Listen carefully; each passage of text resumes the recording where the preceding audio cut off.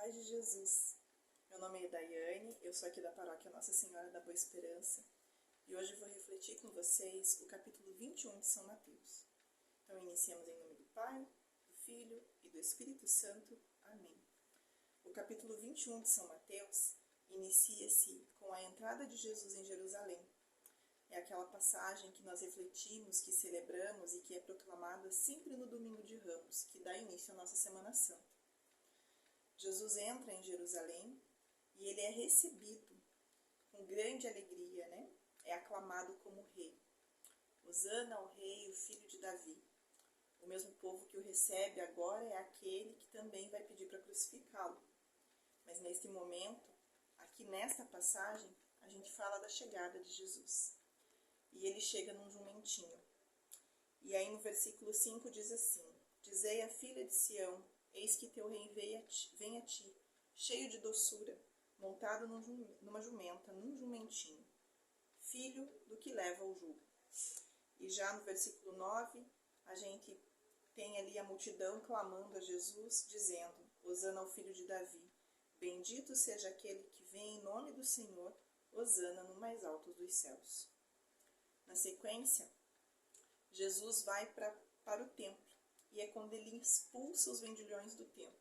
Essa talvez seja a passagem que a gente tem mais explícito, assim, Jesus bravo, muito bravo, porque eles estavam profanando o templo. E o templo aos judeus é algo muito sagrado, assim como a igreja para nós é muito sagrada. Então Jesus chega ao templo e vê vários vendedores, não mais ali levando as pessoas a orarem, a se conectarem com Deus, mas preocupados somente na venda, e na venda explorando aqueles que menos tinham, né? Então isso deixa Jesus muito revoltado.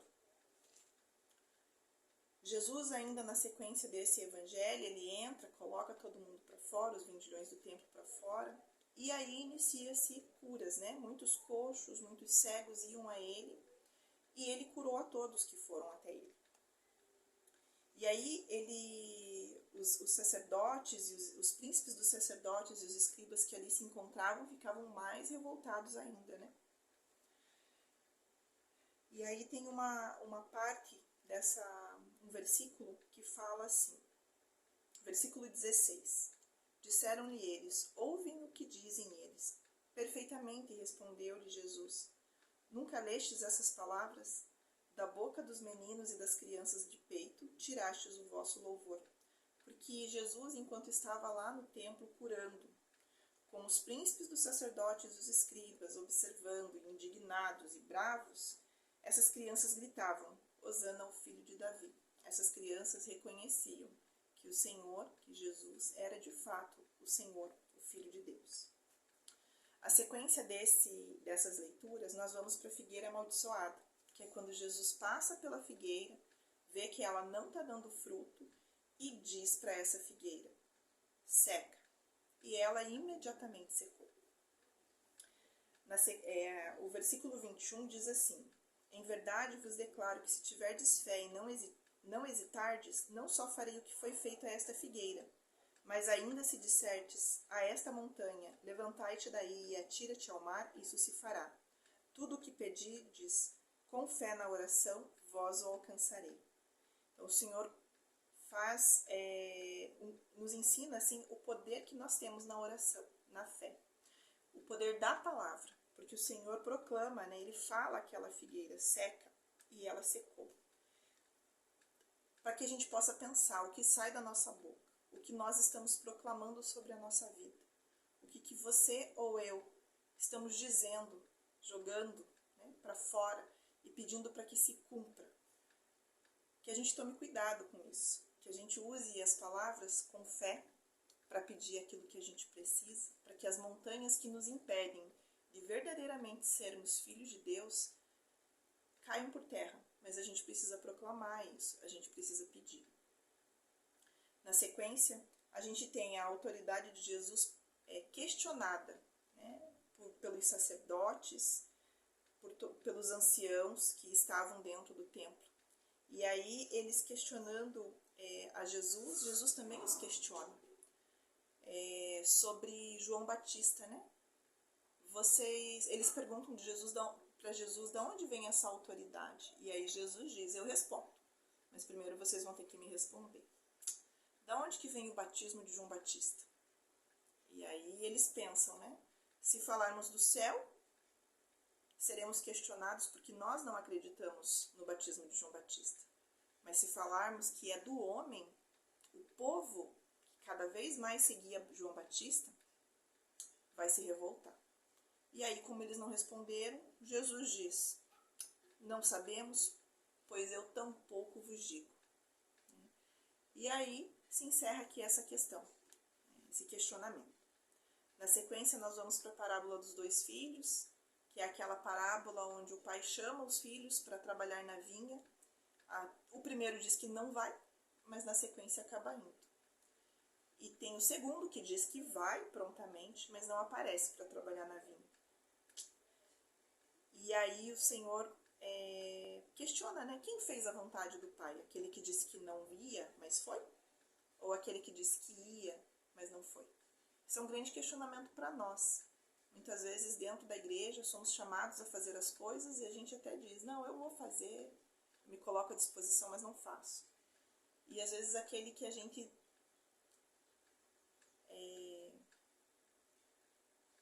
não vê, né, como alguém que está prontamente ali disponível, faz algo, conduz ou se coloca à disposição, às vezes até invisivelmente, né, não é enxergado pelas pessoas com o que faz, mas está fazendo a vontade do Senhor.